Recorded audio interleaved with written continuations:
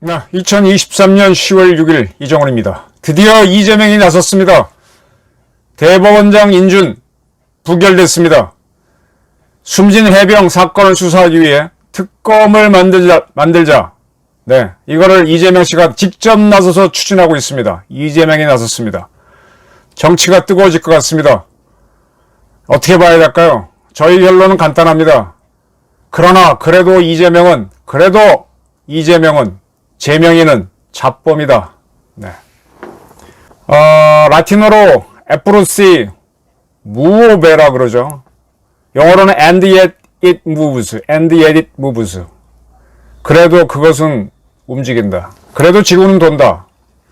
갈릴레오가 두 우주 체계에 대한 대화라는 책을 썼죠. 거기서 하늘이 도는 게 아니라 지구가 돌아간다. 지동설을 주장했습니다.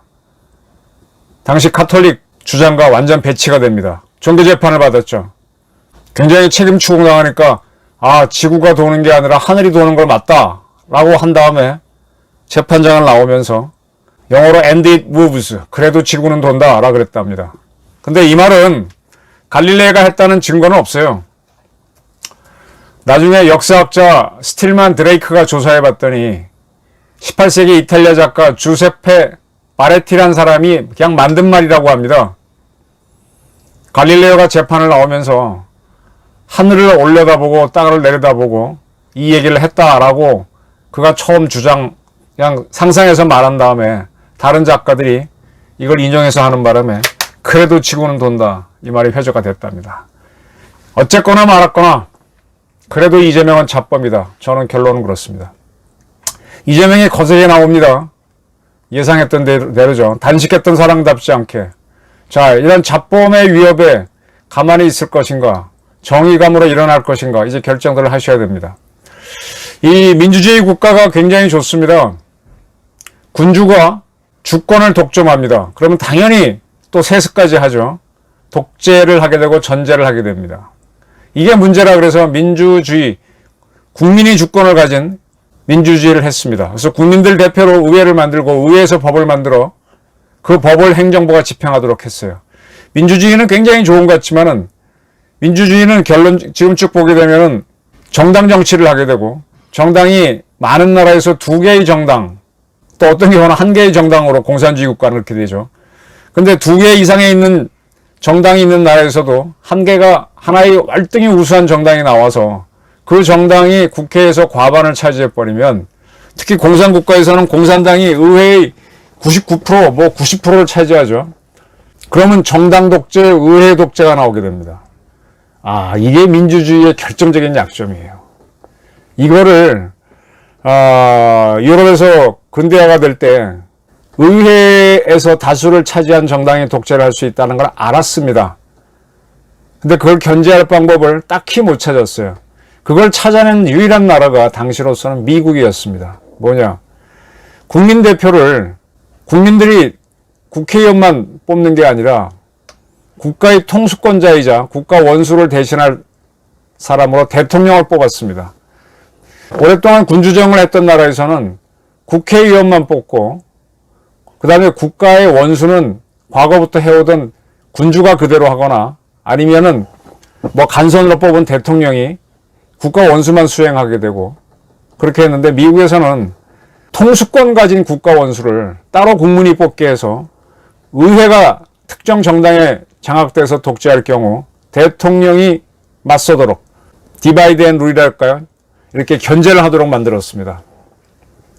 지금 대한민국이 야당 독재로 가기 아주 좋은 구조죠. 네, 여기에 당연히 한국은 대통령제라서 대통령을 선거로 뽑아놨습니다. 야당과 대통령 간에 정치 싸움이 벌어질 겁니다. 이 어디로 갈지가 상당히 궁금합니다. 단식을 끝낸 이재명이가 앞에 나섰기 때문입니다. 강서구청장 선거가 조만간 벌어지기 때문입니다. 다 아시겠지만 이균영 대법원장 인준이 부결됐습니다. 출석 과반수 득표가 나와야 되는데 295명이 참석한 가운데 국회의원, 반대가 300명이면 과반이 150인데 번대가 170을 넘었으니 볼 것도 없죠. 압도적으로 부결됐습니다. 이 투표를 하기 전에 민주당은 당론으로 이균용 대법원장 후보를 부결하자라는 당론을 결정했습니다. 이때 이제 인사청문특위에 참석했던 민주당 의원들은 당론으로 부결하면 부담스럽다라고 했지만 당 지도부가 밀어붙였습니다. 그래서 그 전에 말씀드린 대로 정기승 대법원장 후보가 88년도에 부결되고 나서 35년 만에 처음으로 대법원장이 부결됐습니다. 정기승 후보는 그 후에 변호사가 돼서 노무현 탄핵할 때 국회 쪽에 변호인이 되고 박근혜 대통령이 탄핵을 당할 때는 박근혜 대통령을 지키는 쪽에 변호인 역할을 했었죠. 그렇게 하게 됩니다. 인생은 그렇게 흘러가는 게 좀 경우가 많죠. 그때는 정기승 후보자가 놓고 인준할 때는 아직 시간이 있었지만은 지금은 이미 전임 대법원장은 임기가 다 해서 나갔거든요. 그래서 현재는 대행인데 대행 체제가 더 이어지게 됐습니다. 지금은 안철상 선임 대법관이 하고 있는데 계속 그가 대법원장 대행을 할 것 같습니다. 자, 이렇게 됐습니다. 그런 가운데 이재명 씨 오늘 오전에 법원에 출석해서 정진상 재판에 참여했습니다. 자신도 여기에서 기소가 돼 있는 재판입니다. 대장동 개발 비리 혐의 등에 대해 유무죄를 가리는 첫 정식 재판에 그가 참석했습니다. 서울중앙지법 형사 33부. 뭐 특별한 건 없었는데요. 이 재판이 끝날 무렵에 근데 이재명 씨가 여기서 출석하기 전부터 10시 30분에 시작되자마자 이재명 대표가 단식을 했죠. 그래서 근육이 많이 소실돼 앉아있는 것이 힘들다.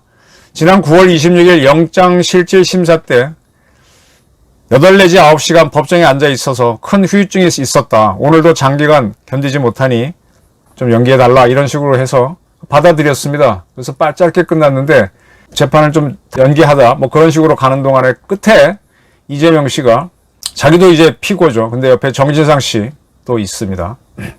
지금 정진상 씨는 보석받고 있는데 이 보석 조건 때문에 내가 전혀 접촉할 수 없다. 이 법정에서라도 휴정하거나 재판 종료되면은 다시 보석 조건대로 해야 되니까 대화하지 않을 테니 신체 접촉을 하게 해달라. 한번 안아주고 싶다라고 했습니다. 재판부가 그 정도 들어주죠. 그랬더니 정진상 씨를 껴안고 등을 두드리고 악수했습니다. 이재명 기분 좋았겠어요. 그리고 나서 이재명 씨가 바로 택시를 타고 서울중앙지법에서 국회로 달려왔습니다.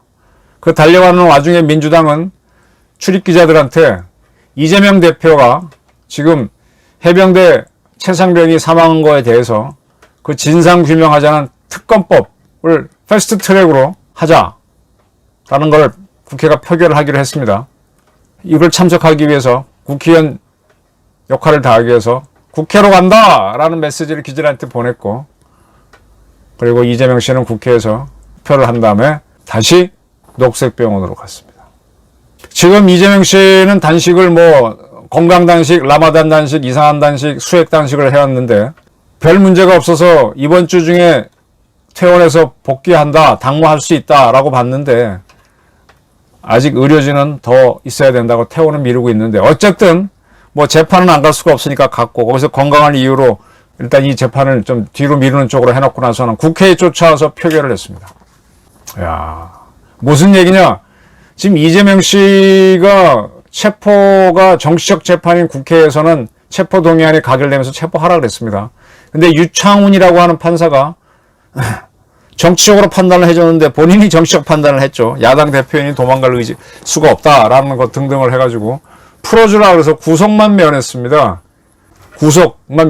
그런데 그걸 기화로 영수회담을 제의하더니 재판은 나가야 되니까 나가가지고 정진상을 안아주고 싶다 해서 안아주더니 국회에 쫓아와서 최모 해병 사건 특검 패스트트랙 포결에 참석하고 자기 당을 독려하고 병원으로 갔다. 이런 겁니다. 기세가 대단합니다. 이에 대해서 대통령실에서도 뭐라 그랬지만 한동훈 장관 얘기가 재밌어요. 흥미로워요. 이균영 배부원장 후보자 부결된 것에 대해서 사법부 길들이기나 범죄 혐의자에 대한 방탄 같은 사법부 길들이기나 범죄 혐의자에 대한 방탄 같은 민주당이 정치의 역학적 전략적 이유라고 생각한다. 부결시킨 거는 이재명 방탄을 위해서 하는 거다. 명분 없는 이해타산 때문에 사법부가 혼란을 겪게 됐고 국민이 피해보게 된다. 라고 그랬고. 그리고 이재명 씨가 구속은 면했지만은 불구속으로 재판받은 사람 중에 오고돈 부산시장, 김경수 드루킹 사건의 경남지사, 김은경 환경부 장관 다 구속영장 기각됐지만 중형받고 수감됐다. 그러니까 이재명도 그럴 수 있다. 그리고 민주당이 한동훈 탄핵을 떠들었었죠. 근데 왜 지금은 추진하지 않느냐라고 공격을 했어요. 왜 지금은 안 하느냐. 지금 한동훈 탄핵하면 오히려 민주당이 역풍받지. 이렇게 딱 한마디 하고 난 다음에 헌법을 만든 사람들이 탄핵이라는 중요한 제도를 범죄 혐의자 옹호의 도구로 민주당이 악용할 거라고는 상상도 못했을 것이다 그랬습니다. 네, 이겁니다. 민주주의를 하기 위해서 국민대표로 의회를 만들어 독재와 전제도 막고 라고 해서 민주정을 했는데 의회에서 다수당을 차지한 세력들이 독재를 하는 건 막을 수가 없더라. 이게 민주정치의 큰 함정이었죠. 그걸 뒤늦게 알고 미국에서는 로마식 공화정을 하면서 국가 연수를 할 사람을 뽑고 그에게 통수권을 주면서 그걸 선거로 뽑게 했죠. 그래서 대통령과 국회가 서로 견제를 하도록 만들었는데 다행히 대한민국은 대통령제 국가입니다. 근데 초기에 헌법 만드는 사람들은 이런 걸 생각하지 못했었습니다. 이런 게 참 많습니다. 이렇게 악용하는 겁니다. 이제 이재명 씨가 구속을 면하더니 기세가 올라왔고 막 나대는데 강서구청장 선거에서 김태우 씨가 불리할 거라는 예상이 좀 많이 나오죠. 투표율이 낮으면 민주당이 이기고 높으면 어쩐다 뭐 그러고 있고 지금 뭐 많이 좀 그런 것 같아요. 만약에 강서구청 선거에서 김태우 씨가 지면은 상당히 기세 등등하게 나오겠죠. 이 정치라는 게 이렇습니다. 엎치락 뒤치락합니다. 그래서 어느 쪽이 옳은지 몰라요. 정치 속에 가운데 있으면 어느 쪽이 이기는지 몰라요. 근데 도도한 흐름을 봐야죠. 그리고 또 하나 군주국가나 이런 데서는 정의란 게 없지만 이 민주정을 하는 나라에서는 그래도 정의가 있거든요. 다수가 보는 정의. 지금 이재명이 다수를 토대로 겁박을 하고 있잖아요. 단식을 하던 사람이 안아주겠다는 저런 것도 하고 또 그 와중에 아직 퇴원도 안 한 상태라고 하면서 국회에 쫓아오고 하는 거. 네. 뭐 얼마 전에 9월 초인가 지하철 2호선에서 흉기 난동범이 있다라는 게 갑자기 이상하게 생긴 남자가 설치되니까 지하철을 서자마자 사람들이 막 빠져나가려고 그 사람하고 접촉하지 않으려고 막 다치고 아비규환이 벌어졌는데 그런 위협 세력이 느꼈을 때 공포를 느끼는 사람들이 누구도 막지 못하고 그 출근 시간이기 때문에 젊은이들이 많았는데 남자 청년들은 맞서 싸울 만도 한데 다 도망가 버렸어요. 네. 이게 공포가 젖으면 저렇죠. 근데 누구 하나 나서서 한번 붙어봤으면 모르죠. 뭐 총이라면 모를까 칼이라면 한번 한 두세 명이 붙으면은 이길 수도 있는데 잡을 수도 있는데 근데 결국은 나중에 CCTV를 잡고 보니까 별거 아닌 사람이죠. 이재명의 기세가 등등하지만 그걸 잡아낼 수 있어야 됩니다. 결론적으로 지하철에서 그렇게 흉기 난동범으로 인식을 줘서 사람들을 막 혼란에 빠져 도망가게 했던 사람 경찰이 잡습니다. 정의가 잡습니다. 그래서 저는 그래도 제명의는 잡범이다. 이렇게 제목을 뽑았습니다. 경청해 주셔서 감사합니다.